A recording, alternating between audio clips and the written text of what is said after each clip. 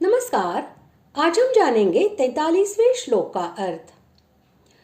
इस प्रकार अपराध क्षमा करने के लिए प्रार्थना करके अब 2 श्लोकों में अर्जुन भगवान के प्रभाव का वर्णन करते हुए अपराध क्षमा करने की योग्यता का प्रतिपादन करके भगवान से प्रसन्न होने के लिए पुनः प्रार्थना करते हैं।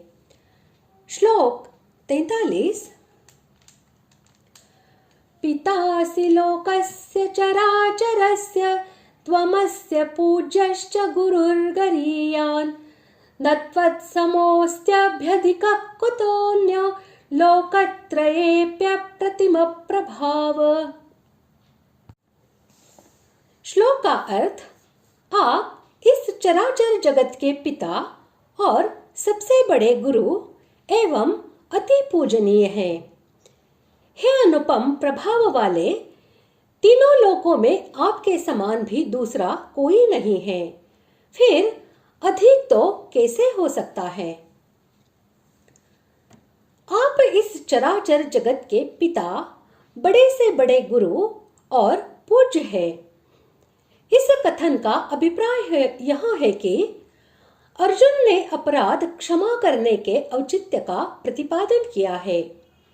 वे कहते हैं, भगवान, यह सारा जगत आप ही से उत्पन्न है, अतएव आप ही इसके पिता है। संसार में जितने भी बड़े बड़े देवता, महर्षि और अन्य समर्थ पुरुष है, उन सब में सबकी अपेक्षा बड़े ब्रह्मा जी हैं, क्योंकि सबसे पहले उन्हीं का प्रादुर्भाव होता है और वे ही आपके नित्य ज्ञान के द्वारा सबको यथा योग्य शिक्षा देते हैं। परंतु हे प्रभो, वे ब्रह्मा जी भी आप ही से उत्पन्न होते हैं और उनको वह ज्ञान भी आप ही से मिलता है। अतएव हे सर्वेश्वर, सबसे बड़े, सब बड़ों से बड़े और सबके एकमात्र महान गुरु आप ही है।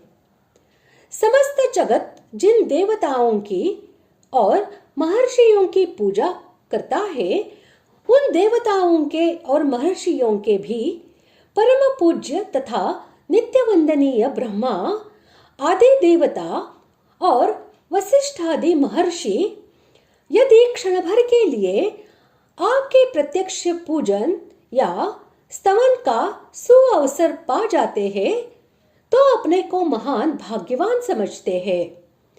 अतएव सब पूजनीयों के भी परम पूजनीय आप ही हैं। इसलिए मुझ क्षुद्र के अपराधों को क्षमा करना आपके लिए सभी प्रकार से उचित है। जिसके प्रभाव की कोई तुलना न हो, उसे अप्रतिम प्रभाव कहते हैं। तीनों लोक में आपके समान भी दूसरा कोई नहीं है, तो फिर आपसे श्रेष्ठ कैसे हो सकता है। इस वाक्य से अर्जुन ने यह भाव दिखलाया है कि विश्व ब्रह्मांड में ऐसा कोई भी नहीं है जिसकी आपके अचिंत्यानंत महान गुणों से, ऐश्वर्य से और महत्व से तुलना हो सके। आपके समान तो बस आप ही हैं, और जब आपके समान भी दूसरा कोई नहीं है, तब आपसे बढ़कर कोई है, ऐसी तो कल्पना भी नहीं हो सकती। ऐसी स्थिति में हे दयामय, आप यदि मेरे अपराधों को क्षमा न करेंगे तो कौन करेगा। इस प्रकार आज हमने 43वें श्लोक का अर्थ जान लिया है।